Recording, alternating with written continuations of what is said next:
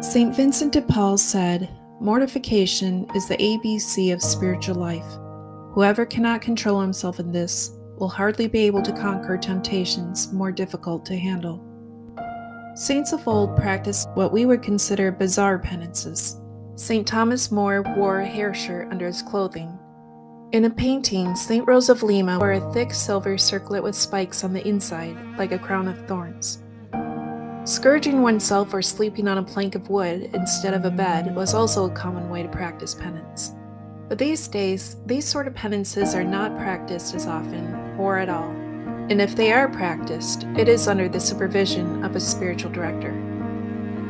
For those of us, which would be most of us, who don't want to sleep on a plank of wood, or wear a crown of thorns, or scourge ourselves, there is a much better way to practice penance and self-mortification, and that is simply to deny our own will.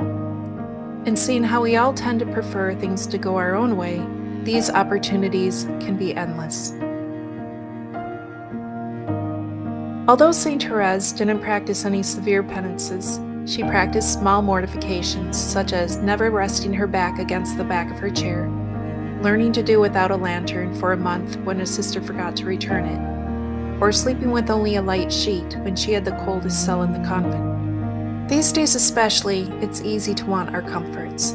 Fasting, even for a day, can be very trying when our bodies are used to sipping on a sugary coffee or tea, or constantly eating small snacks. The saints are wonderful examples of how to practice a little self-denial and mortification. The following little stories are some examples of how we can imitate the saints. Most saints fasted regularly. St. John Vianney fasted eating only boiled potatoes. St. Aloysius Gonzaga had to force himself to eat more than he usually wanted to. St. Brendan of Ireland lived on a vegetarian diet only and didn't eat until 3 in the afternoon. St. Severinus of Noricum never ate until after sunset. St. John Bosco would share his lunch with schoolmates who had little to eat, letting them have all the good things, and he would eat whatever was left. Sometimes it's easy to fall into a cranky mood and stay there. Working on being cheerful despite a sour mood is another way to practice penance.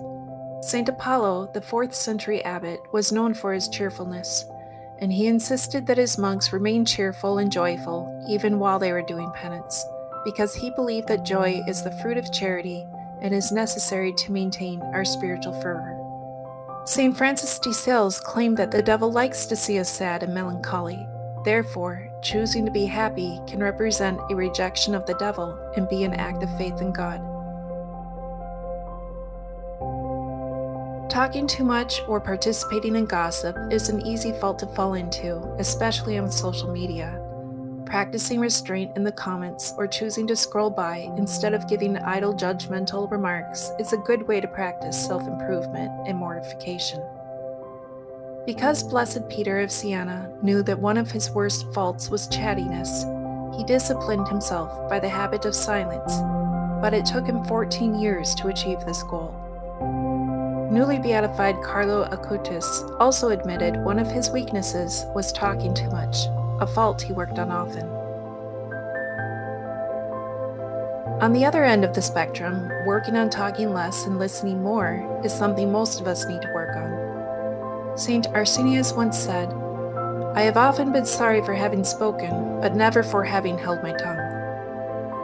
St. Peregrine spent 30 years practicing silence, and Blessed Helen of Udine took a vow of perpetual silence and only spoke on Christmas night each year.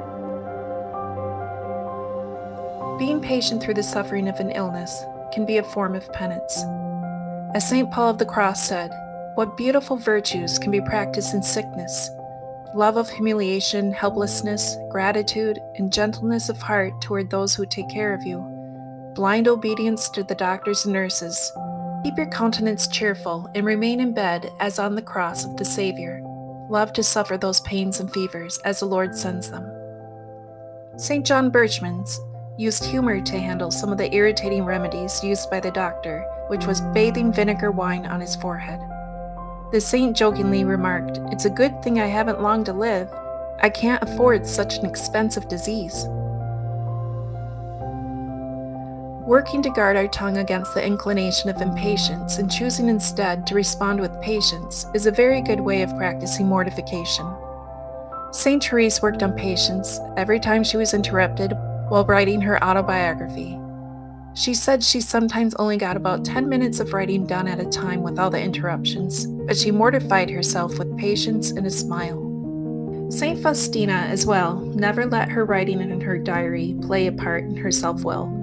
When she was interrupted or the bell would ring for prayers or work, she mortified herself by immediately putting down her pen and would continue her writing later.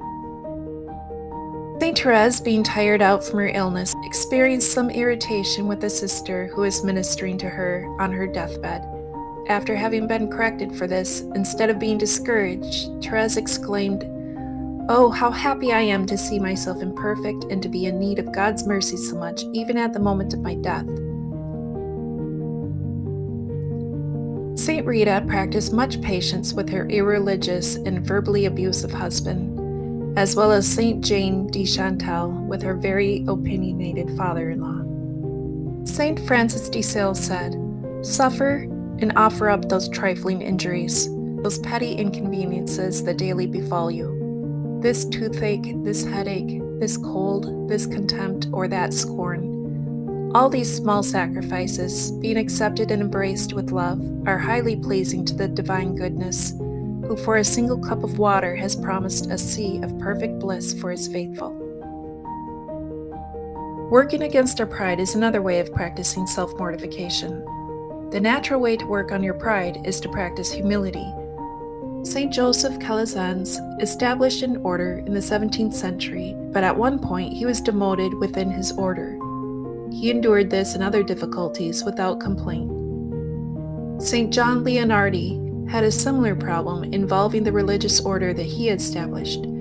During a time of difficulty, he stayed with his friend St. Philip Neri, who gave him a very important responsibility, caring for his cat. Working on bad habits like swearing or using God's name in vain is a natural way to practice mortification and self-denial. St. Thais, a former prostitute, spent years doing penance for her sinful life.